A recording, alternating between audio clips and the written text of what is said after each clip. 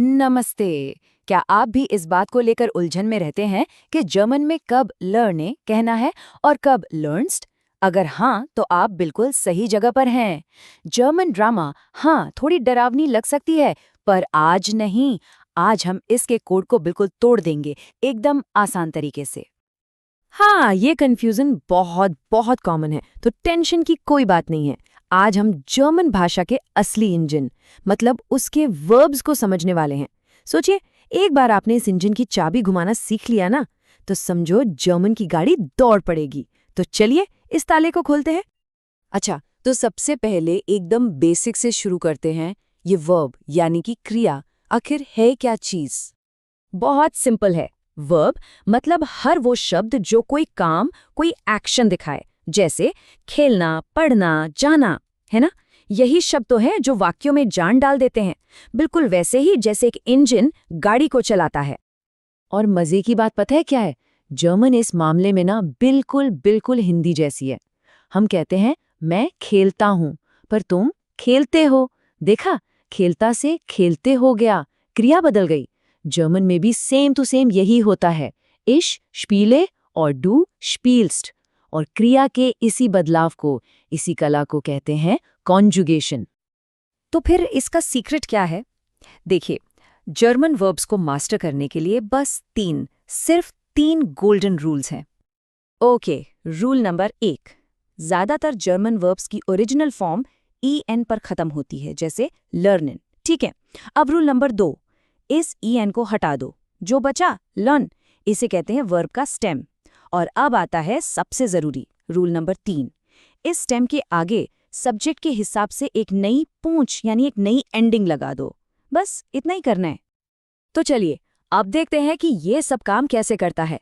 हम शुरू करेंगे सबसे कॉमन टाइप के वर्ब्स से, जिन्हें कहते हैं रेगुलर वर्ब्स। हाँ, तो अब इस पैटर्न को जरा एक्शन में देखें। रटना बिल्कुल नहीं है, बस पैटर्न को समझना है। देखिए, जब सब्जेक्ट इश यानी मैं हूं, तो एंडिंग लगेगी ई, बन गया इश लर्नर।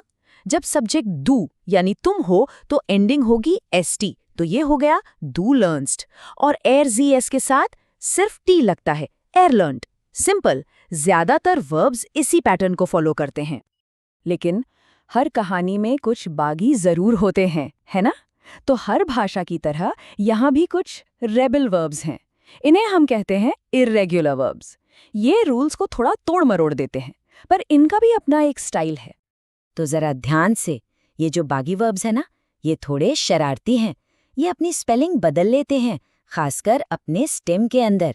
पर घबराने वाली कोई बात नहीं है, इनकी शरारत का भी एक पैटर्न होता है।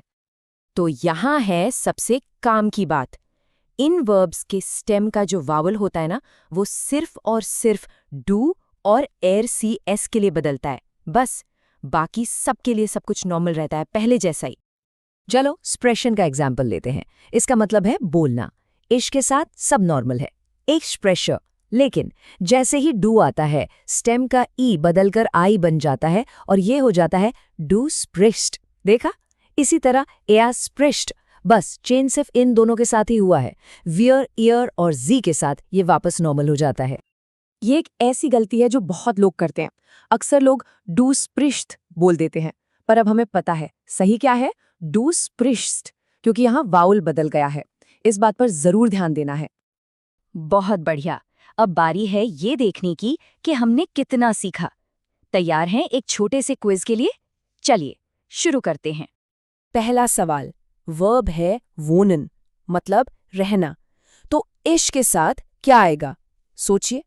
याद है ना वो रूल, इश के साथ हमेशा ई लगता है। तो सही जवाब है इश वोन इन दिल्ली। बहुत अच्छे। ओके, अब एक थोड़ा ट्रिकी सवाल। वर्ब है एसिन यानी खाना, और हाँ, ये एक रेबल वर्ब है जहां ई बदलकर आई हो जाता है। तो दू के साथ क्या होगा? सोच लिया? सही जवाब है इस्ट। दू इस्ट eine पिज्जा। शाबाश। और ये रहा आखिरी सवाल। वर्ब है माखन, जिसका मतलब है करना। तो वीर के साथ क्या आएगा? याद रखिए, वीर के साथ वर्ब अपनी ओरिजिनल फॉर्म में रहता है, तो जवाब है विया माखन योगा। बहुत खूब। तो कैसा रहा आपका स्कोर नीचे कमेंट्स में ज़रूर बताइएगा। अगर इस एक्सप्लेनर ने आपकी थोड़ी सी भी मदद की हो तो सब्सक्राइब बटन दबाना मत भूलिएगा। हम फिर मिलेंगे, तब तक के लिए auf Wiedersehen।